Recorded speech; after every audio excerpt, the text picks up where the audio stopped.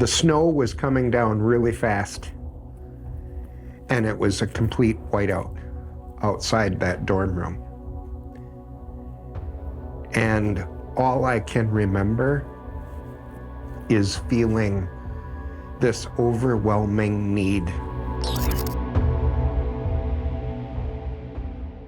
I had just graduated high school in the summer, and I became a commuter student to the university.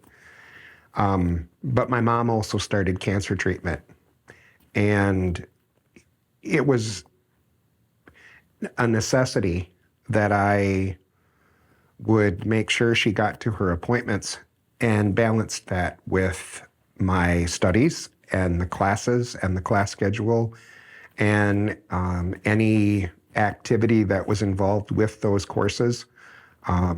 It was getting hard, but I was the sole person who could be a caregiver for her. My dad disappeared, really, and wanted to avoid the whole issue of the fact that my mom had cancer, the fact that there were things that needed to be done differently. It was a real strained family to live in, because positive affections were never shown, and kind words were not really used that frequently. And love, so to speak, was you had to take out of it, and you had to read the undertone in order to know that you were loved, because it was never said. It was never told to anyone. And I was an only child, so it was really weird growing up that way. We just didn't show that type of affection. We were very animated people because we were very active in like social scenes and things, but the private life of my family was not that great. And it was just feeling like you were separated people living in the same house. I don't know if I have ever processed being that caregiver. It just felt like there was the need to do it and no one else was there and someone had to. It was unfair in a way, but it was also my mother, and I wanted to do what I could for her to make sure that she was getting as good of care as she possibly could. She was becoming physically weak. She had very rapid, aggressive ovarian cancer that spread and attached to her liver, and it completely shut her liver down.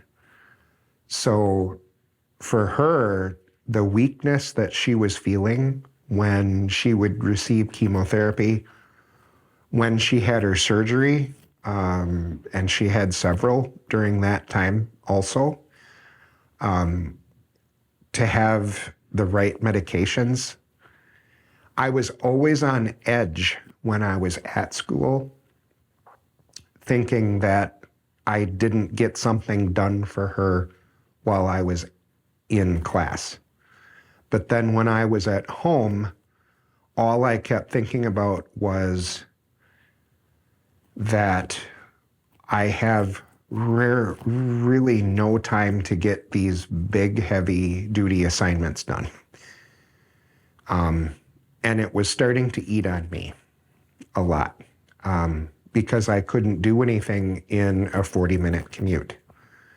It was before the day of smartphones and dashboard IT technology, and it was still way before cell phones, and it was during the age of payphone. And so I found myself some days having to find across campus a payphone that I could quickly call and see how she was doing during the day. That took,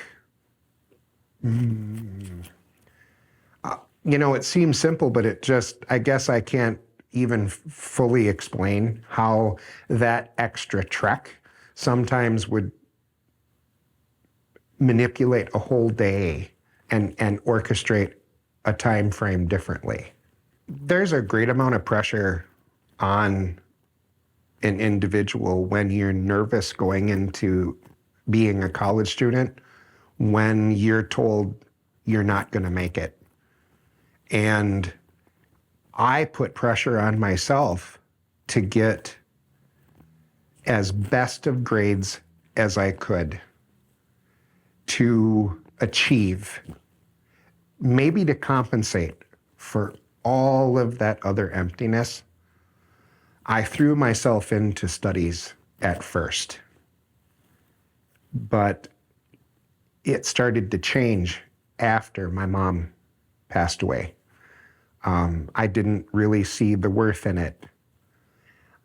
A lot of it was because my greatest fan as a parent, who would ever say that they were proud of you, that you are worth it, had just died. When my mom passed away, it was a hard moment in my life. And all of the self-doubt and the hate that I had for myself that built up because of a family situation the way it was, where love was never really shown, was really pretty easy to slide into. And I just got darker. I made really bad decisions. I started making stupid decisions. I was always the guy that was the fun one in the crowd. And that made it pretty easy for me to fit in and to hide behind a fake happiness, because it wasn't there at all. When you wake up in situations where you had no idea how you got there, and at times, honestly, it's really hard. It's very shameful for me to feel that way, but I knew not any better. I didn't know the people that I was hanging around with.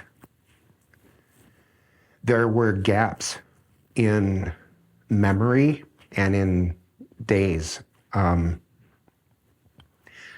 Everything started to suffer big time. I was still not wanting to deal with simply what had happened. I was trying to avoid what had taken place, and I didn't know who to turn to. So having a godmom that was praying for me, having someone to reach into that blackness with me and stand by me meant a lot. My self-esteem was nothing. It got worse. It's easy when you're that happy-go-lucky guy that gives the life of the party to everybody. It was easy to float into scenarios and be invited to situations and conversations and meet new people, even though maybe it wasn't the most positive and they certainly did not want to provide a care about that. So I was seeking a self-esteem from empty places. Christmas Eve, I was by myself in a dorm room, looking outside, feeling alone, separated, useless, really unneeded, and no real will to continue. Going over,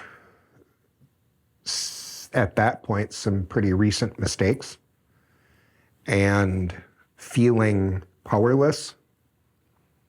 It was black. The amount of hurt that a young man's heart can be filled with when you're by yourself is incredible.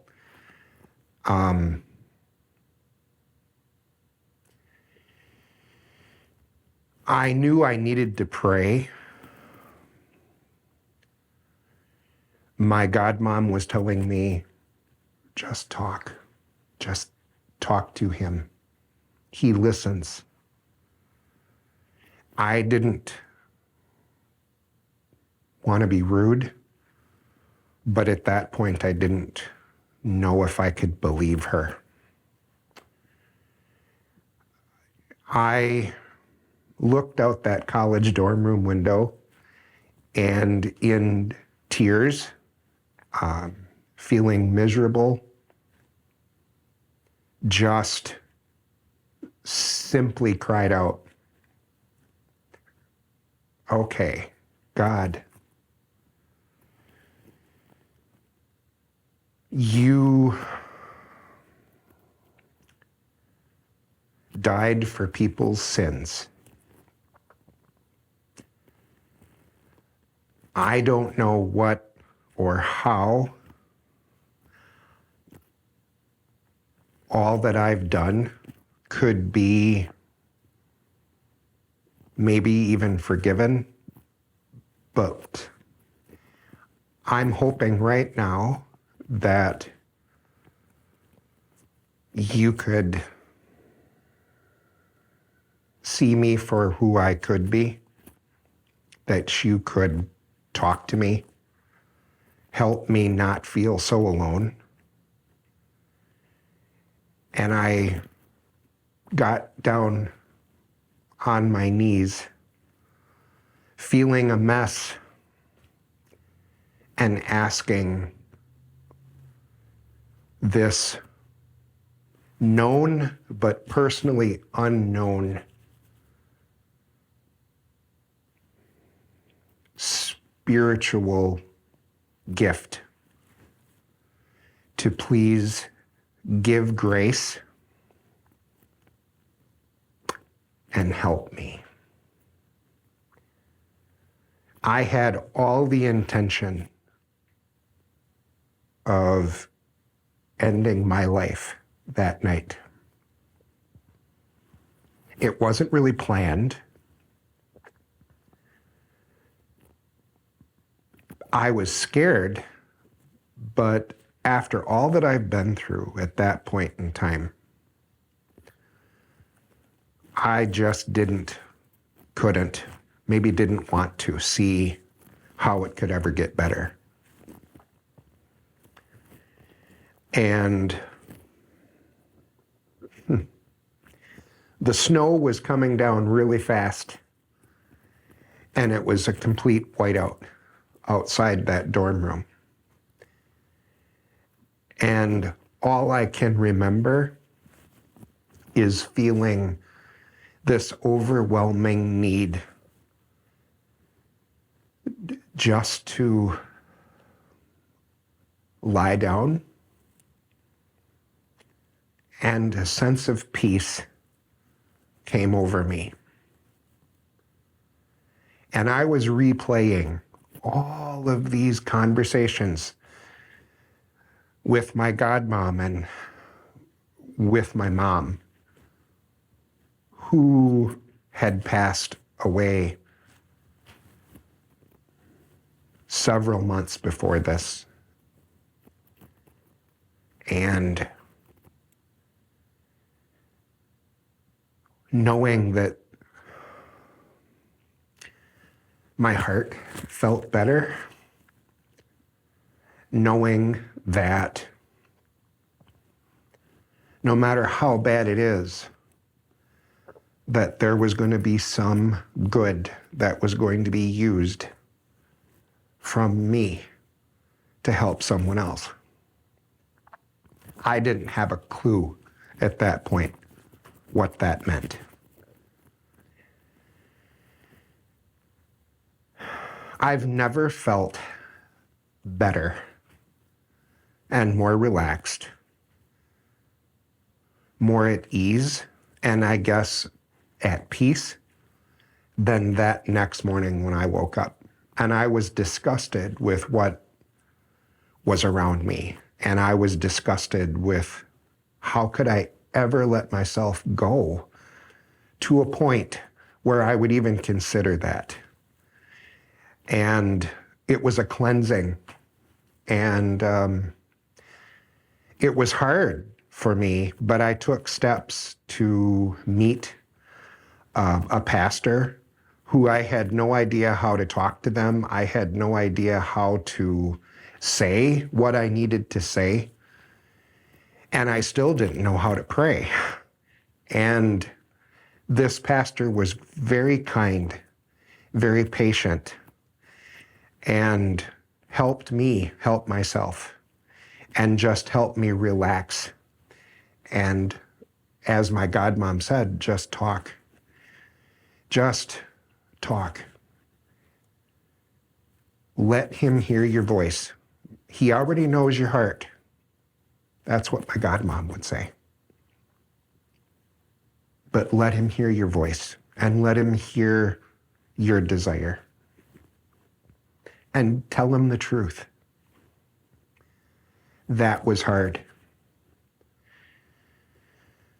When I talked to God in that dorm room, when I told him how terrible I was feeling, when I allowed myself to know the truth of what I was doing to myself and how bad that was, that it could be better, a switch was hit, a page was turned, a door was shut. Never again, with God being in my life, would I ever consider ending what is so precious. Never again would I ever end my life, ever want to, ever even put that into consideration. I desperately needed to hear the clear voice of God reminding me what my godmom was trying to tell me over and over, being patient with me and saying, you can talk to him and he listens. You can tell him everything and he listens. And he will answer. And that night in the dorm room, when I was so scared, when I was so confused, when it was the darkest of dark, clearly, it was God that came into that dorm room with me, that allowed me the peace just to be with my emotions, to be honest with my emotions and to feel hurt that I was trying to push away for so long. God's voice was clear, but the reminders of what my godmom was praying over me, that came into reality. The love that was a void was found through being able to share my thoughts with the Lord and actually feel his presence walk with me through whatever dark time has come my way. I am very thankful that we serve a living God, that when he wants to put his arm around your shoulder and give you that needed hug, that you really do feel it, that he works through others to make sure that you understand that things have changed. And that was confirmed for me after that night in the dorm room. I am thankful that I can trust that no matter how heavy the situation is, that I've got him to turn to. I am so thankful that he helped such a misfit gain control enough to walk in a better pattern of life, that I can help others, that I can be of service to someone, and that I'm valued, and that all of the struggles that may have been difficult that I experienced, and that was just the time that I shared. That time was the biggest hurdle, struggle that someone that age could face.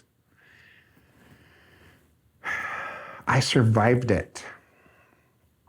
I'm thankful he walks with me, that he made it clear that I could survive. My mom could never be replaced.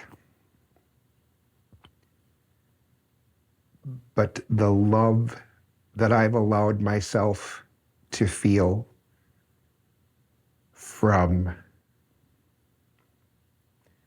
a wife, from being adopted into the family of God. I found out being a Christian isn't always so easy, but being a Christian makes the whole life's difference. Knowing that it's truly never going to be that dark again.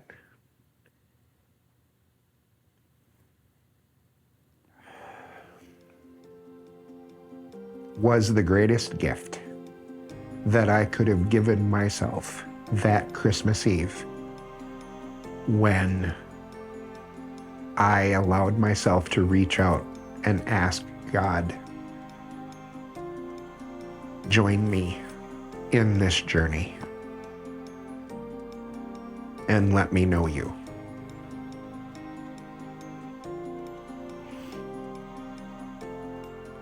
And he never has let me down.